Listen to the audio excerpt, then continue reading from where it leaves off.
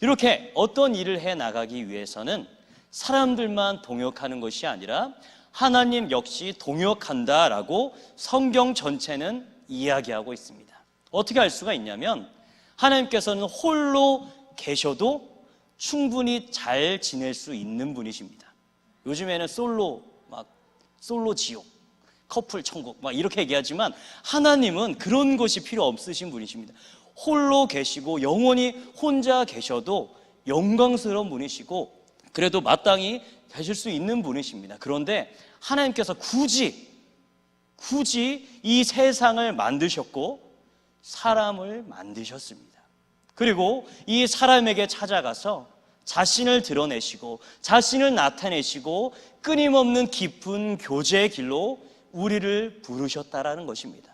이미 이곳부터 하나님께서는 사람과 함께하길, 자신의 마음을 나누고 자신의 일을 사람들과 함께하기를 기뻐하셨다라는 것이 창세기 1장 천지창조에 나와 있는 이야기입니다. 안타깝게도 사람은 하나님을 배반하였고 하나님을 배신하였으며 하나님의 명령에 말씀에 순종하지 않았습니다. 불순종하였습니다. 그래서 모든 인간은 하나님과의 깊은 교제, 인격적인 만남, 하나님과의 풍성한 나눔이 다 깨져버리고 말았습니다. 그래서 인간에게 남은 것은 오직 죽음과 심판, 좌절만이 인간에게 남았던 것입니다. 하지만 하나님께서는 사랑이 많으신 분이시기에 한번 죄로 인하여서 망가져버린 인간을 그냥 그대로 내버려 두지 않으셨습니다. 어떻게 하면 이들과 함께 마음을 나누고 이들을 품을까? 하나님께서는 계획을 세우셨습니다. 원대한 놀라운 구원의 계획을 세우셨고 수없이 많은 사람들을 통해 수없이 많은 하나님의 사람들, 예언자들, 믿음의 선배들을 통해 하나님의 역사들을, 구원의 역사들을 신실하게, 우리 사람은 매일 실패하고 불순종하지만 하나님의 구원 계획은 단 한 번도 1분 1초도 조금도 어그런 적이 없습니다. 우리 사람은 피곤하면 자지만, 우리 사람은 힘들면 그만두지만 하나님께서는 단 한 번도 자신에게 맡겨진 그 구원의 일을, 인간을 향한 그 사랑을 멈추신 적이 없으십니다. 그 정도로 하나님께서는 우리를 너무나 사랑하는 분이십니다. 이 모든 일을 이루어 나가실 때 역시 하나님께서는 누구를 사용하셨냐? 물론 하늘에 있는 천사들도 사용하셨으며 모든 이 땅에 있는 모든 피조물들도 하나님께서 사용하셨습니다. 그러나 특별히 우리 사람들에게, 우리 인간에는 특별한 일들을 하셨습니다. 그것은 무엇이냐? 바로 하나님의 마음을 나누고 이 사람들을 통해 하나님의 놀라운 일들, 특별히 이 복음이 사람들을 통해 전해지는 이 일을 사람들과 동역하셨다라고 성경 말씀은 우리에게 이야기하고 있다라는 것입니다. 이 얼마나 놀라운 일이며 이 얼마나 감사한 일입니까? 오늘 이 말씀을 통해서 하나님께서 우리에게 맡겨주신 일이 그 무엇인지, 우리가 해야 할 일이 무엇인지를 다시 한 번 더 깨닫고 결심하고 그렇게 살아가는 귀한 결단의 시간이 되기를 주님의 이름으로 축복합니다. 우리 6절 말씀을 함께 읽어보도록 하겠습니다. 그들이 모였을 때 예수께 여쭈어 이르되 주께서 이스라엘 나라를 회복하심이 이때니까 하니. 오늘 말씀을 보면 이 사도행전 1장을 보면 어떤 내용이 나와 있냐면 그리스도께서 부활하시고 40일간 제자들과 함께 하셨습니다. 그리고 그 40일간 무슨 일을 하셨냐?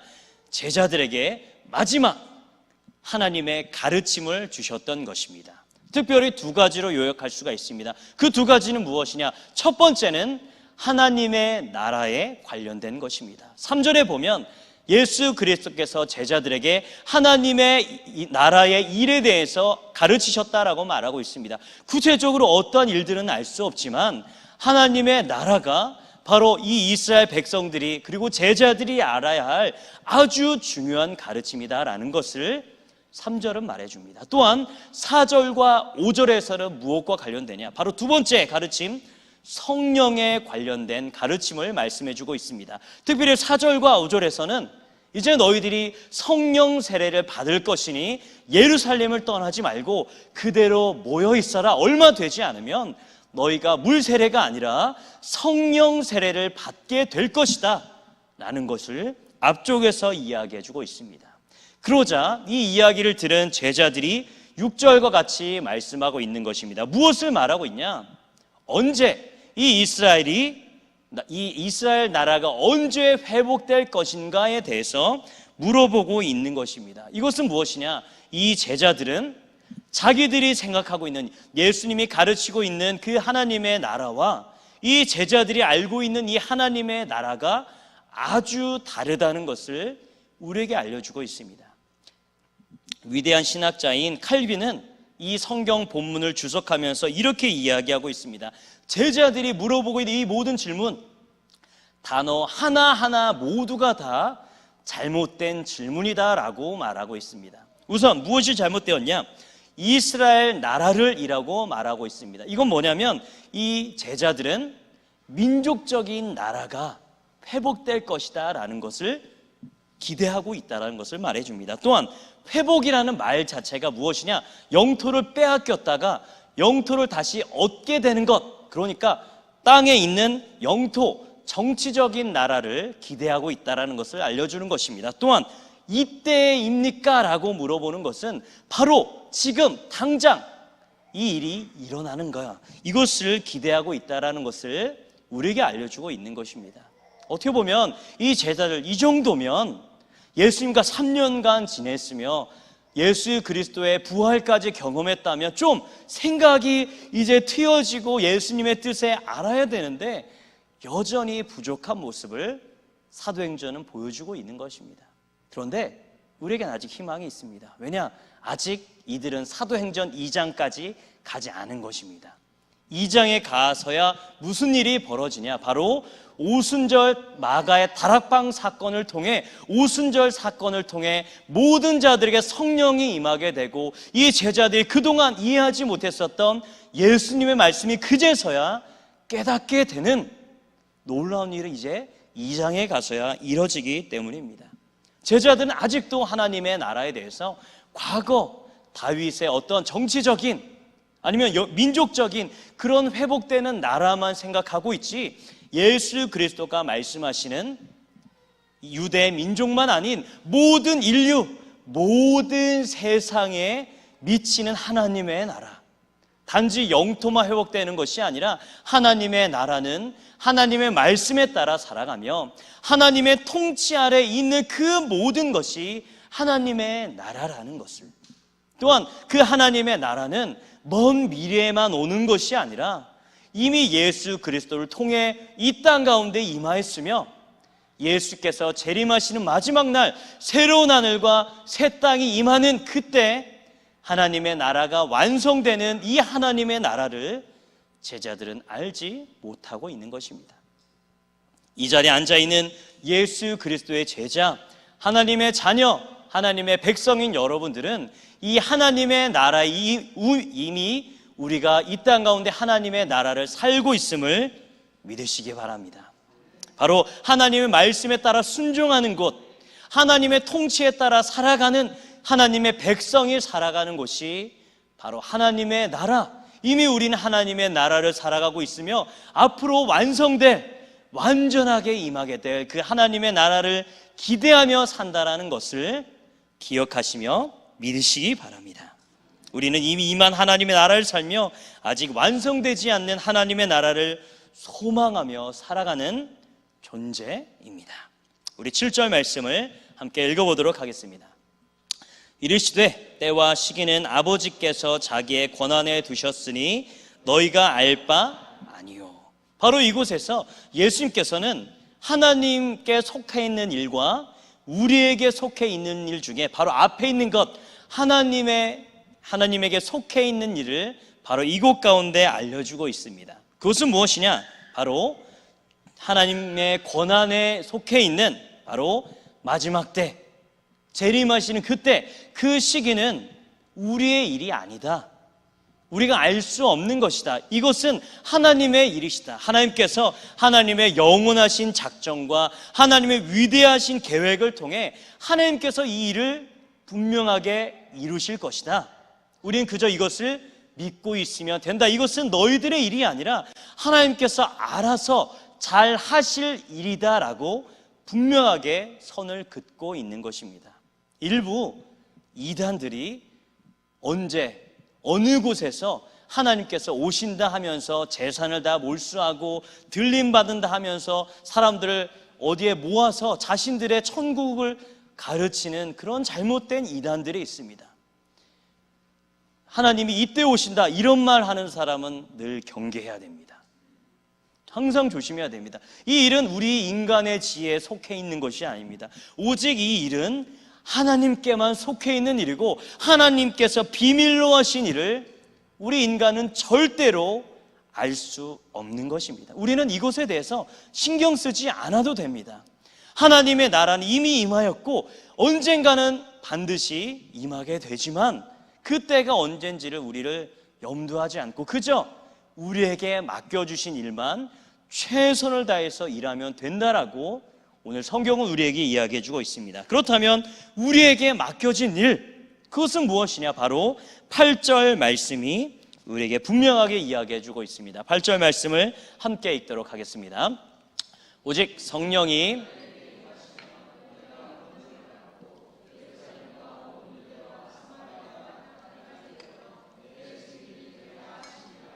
아멘.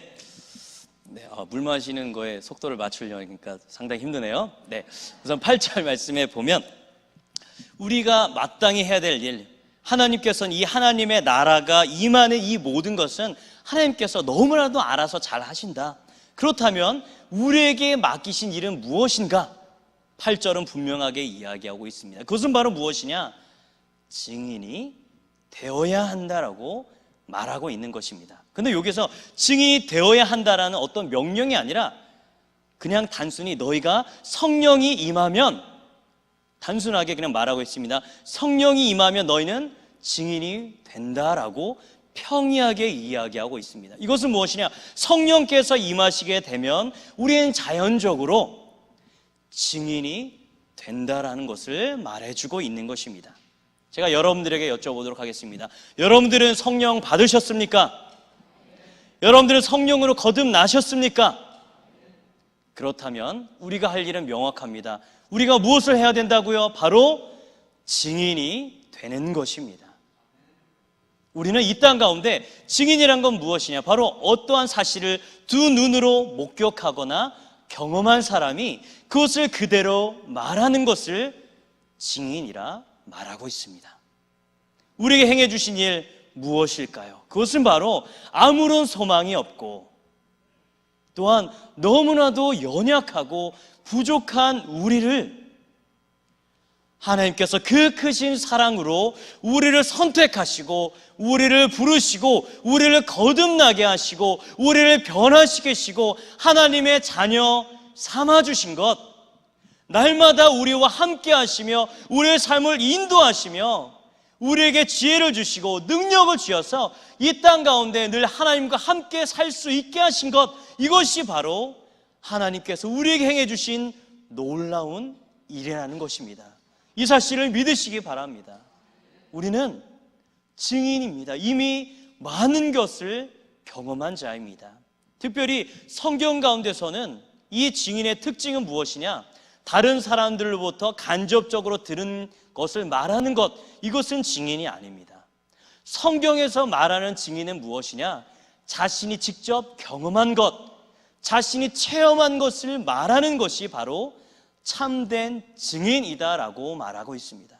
그래서 사도행전을 보면 누가 증인의 역할을 하냐? 특별히 12사도, 물론 가룟 유다는 빠졌지만 마띠아를 대신해서 이 12사도들이 증인의 역할을 합니다. 사람들에게 찾아가서 예수님께서 너희가 잡아 죽인 그 예수 그리스도를 하나님께서 다시 살리셨다. 이분이 바로 유대인의 왕이자 하나님께서 우리에게 보내주신 구원자다. 온 땅의 왕이시다. 이분을 통해서만 믿음이 주어지며 이분을 믿음을 통해서만 구원받을 수 있다.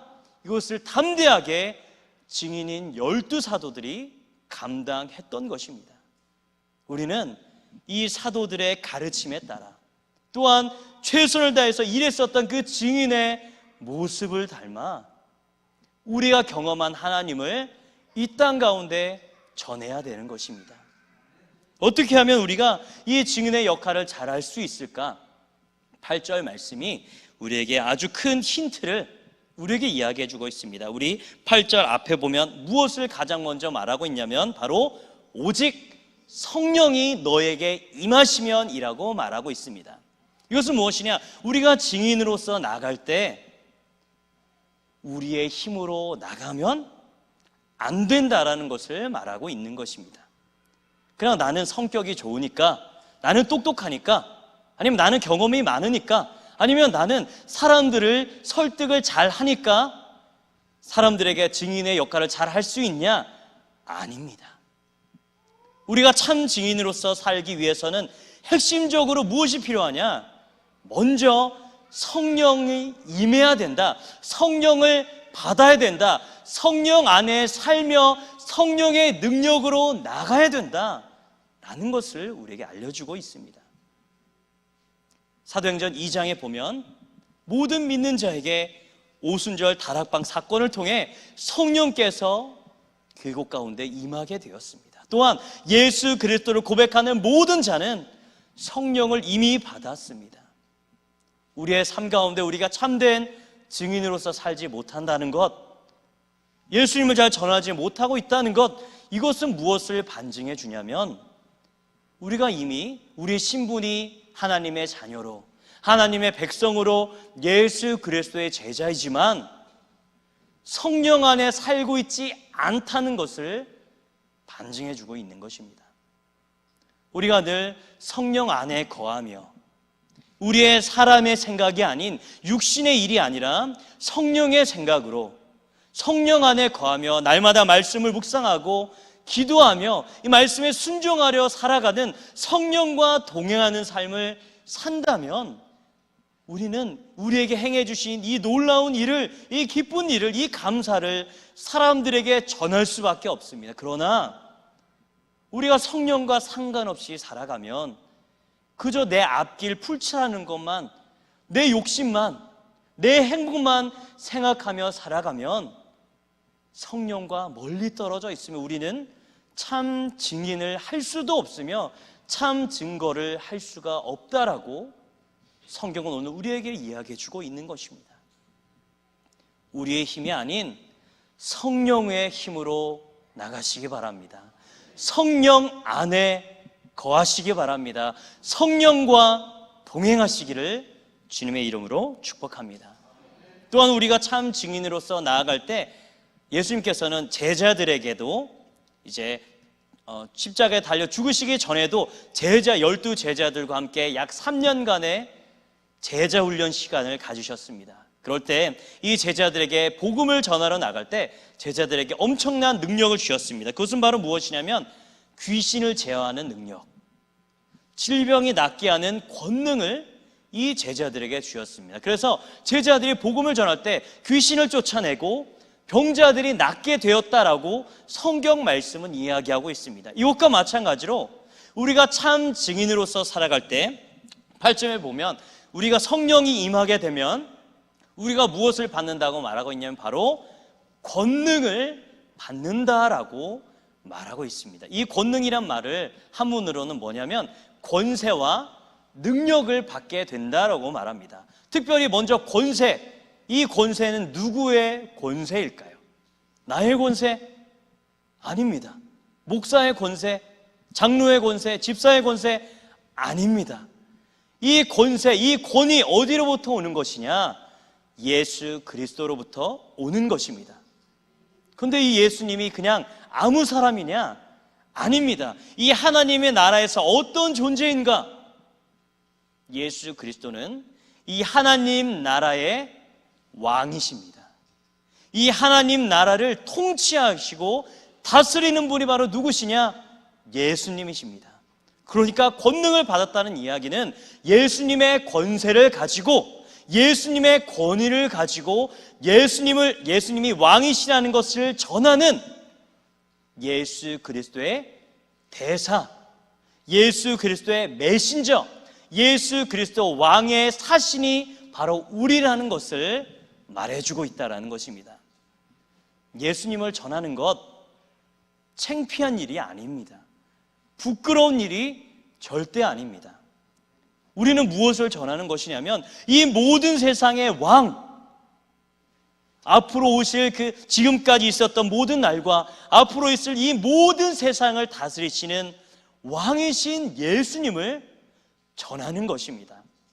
아직 이 땅 가운데 하나님의 나라가 이미 임하였지만 예수님께서 이 땅의 왕이신 것을 모르는 사람들이 많습니다.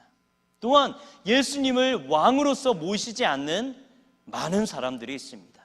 우리는 이 예수 그리스도의 권능을 받아서 그들에게 우리의 삶의 주인이 누구신가, 우리의 삶의 주인이 바로 왕이신 분이 바로 예수님이다라는 이 사실을 전해야 되는 것입니다. 또한 우리가 예수님의 사신으로서 담대한 마음으로, 또한 하나님 앞에 기쁜 마음으로 사람들에게 나아가야 된다는 것을 우리에게 이야기해 주고 있다는 것입니다. 또한 우리는 예수 그리스도의 권위뿐만 아니라 능력을 받은 자입니다. 여기서 말하는 능력은 단지 성경에서 말하고 있는 귀신을 쫓아내는 능력, 질병을 고치는 능력, 이것이 물론 특별한 일 가운데서 우리를 통해 그렇게 드러날 수 있습니다. 또한 이 일뿐만 아니라 성령께서 우리 가운데 일하시는 것, 성령의 열매를 통해 사람들에게 나가서 복음을 전할 수 있는 용기, 담대함, 지혜, 또한 사람들에게 말을 잘할 수 있는 그 모든 능력, 이것까지 포함하는 것입니다. 사람에게 나가서 어떻게 전하지 두려워하지 마시기 바랍니다. 주님이 알려주십니다. 주님께서 우리에게 마음을 주시고 담대한 마음을 주시고 그들이 어떻게 이야기하면 그들의 마음이 변화될지 지혜를 우리에게 주신다. 성경은 우리에게 이야기해 주고 있다는 것입니다. 또한 계속적으로 8절 말씀은 우리가 이 땅 가운데 어떻게 증인으로서 살아가느냐 말하고 있습니다. 8절 말씀 우리 한 번 더 읽어보도록 하겠습니다. 8절 말씀을 우리 다 함께 읽어보도록 하겠습니다. 오직 성령이 너희에게 임하시면 너희가 권능을 받고 예루살렘과 온 유대와 사마리아와 땅끝까지 이르러. 아멘. 여기까지 읽어보도록 하겠습니다. 여기 보면 약 세 부분으로 나눌 수가 있습니다. 예루살렘, 온 유대와 사마리아와 그리고 땅끝, 이 세 부분으로 나눌 수가 있습니다. 그리고 이 사도행전은 이 세 부분이 이루어지는, 성취가 되는 그곳으로 이 사도행전 전체가 이루어지게 됩니다. 그래서 1장부터 7장은 예루살렘 안에서 이 복음이 전파되어지는가, 1장부터 7장이 나옵니다. 그리고 8장부터 11장까지는 유대와 사마리아, 이곳에 전해지는 것, 그리고 11장부터 28장까지는 바로 가이사랴, 안디옥, 소아시아, 그리고 그리스, 그리고 로마를 포함한 이 땅끝까지 복음이 전파되는 것이 바로 나오게 되는 것입니다. 그러니까 지리적으로는 예루살렘부터 시작해서 유대와 사마리아, 마지막으로 전 세계로, 혈통적으로 봤을 때는, 또한 믿음으로 봤을 때는 유대인으로부터 시작해서 반혼혈족인 사마리아 사람들, 그리고 완전히 이방인들에게까지 복음이 널리 전파되어지는 것을 성경은 우리에게 이야기해 주고 있습니다. 그리고 가장 말미에 있는 땅끝, 이방인인 바로 대한민국, 우리나라 사람들에게도 이 사도행전의 말씀에 따라 수없이 많은 선교사들, 믿음의 사람들을 통해 우리에게까지 이 귀한 복음이 들려지게 되었던 것입니다. 우리는 바로 사도행전에서 바로 말하고 있는 이 예수 그리스도의 말을 통해서 우리는 복음을 듣게 되었고 하나님을 알게 된 사람들입니다. 그렇다면 우리가 해야 할 일은 무엇인가? 바로 우리는 이 말씀과 같이 점차 넓어지는 것처럼 우리 주변에 있는 사람들에게 나가서 아직도 예수 그리스도를 알지 못하고 하나님을 알지 못하는 자들에게 복음을 전해야 될 빚진 사명이 우리에게 남겨져 있다라는 것입니다. 우리의 가족들, 우리의 친구들, 우리의 동료들 중에 아직도 예수님을 알지 못하는 사람들이 있습니다. 참된 왕이신 그분의 권위를 인정하지 않고 자기 마음대로 살아가는 사람들이 있습니다. 제자들이 이 예수 그리스도의 말씀에 따라 땅끝까지, 또한 이 성경에 나온 제자들뿐만 아니라 그 제자들을 통해 또한 제자가 된 수없이 많은 믿음의 사람들을 통해 땅끝까지 복음이 전파된 것처럼 우리는 이 빚진 마음으로 하나님의 이 어명을 따라 복음을 전해야 되는 것이 바로 우리에게 맡겨진 이름을 우리에게 말하고 있는 것입니다. 그렇다면 바로 우리가 어떻게 될 수가 있느냐? 우리가 성령의 힘을 힘입어 주님이 주신 권능을 따라 우리의 주변에 있는 자들에게, 또한 멀리 있는 자들에게까지 복음을 전함을 통해서 우리는 참 증인이 된다라고 성경은 우리에게 이야기하고 있는 것입니다. 이것이 바로 이 하나님의 나라를 살아가고 있는 우리에게 맡겨진 일이다라고 성경은 분명하게 우리에게 이야기하고 있습니다. 요즘 시대는 예수님께서 오시는 그 재림을 생각을 잘 안 합니다. 왜냐하면 예수님의 재림이 점차 늦어지자 이제는 예수님께서 오신다라는 것에 대해서 기대하는 마음이 조금 더 없는 시대 가운데 있습니다. 하지만 예수님께서는 약속하신 대로 반드시 이 땅 가운데 오실 것입니다. 하나님께서는 구원하신 그 계획대로, 하나님께서 가지고 계신 그 모든 섭리대로 반드시 하나님의 나라가 완성되는 그 날까지 반드시 이 하나님의 나라를 위해 분명하게 일하실 것입니다. 그렇다면 하나님의 동역자인 우리, 하나님의 백성, 예수 그리스도의 제자인 우리는 이 땅 가운데 하나님의 나라를 소망하며 어떻게 살아가야 할까요?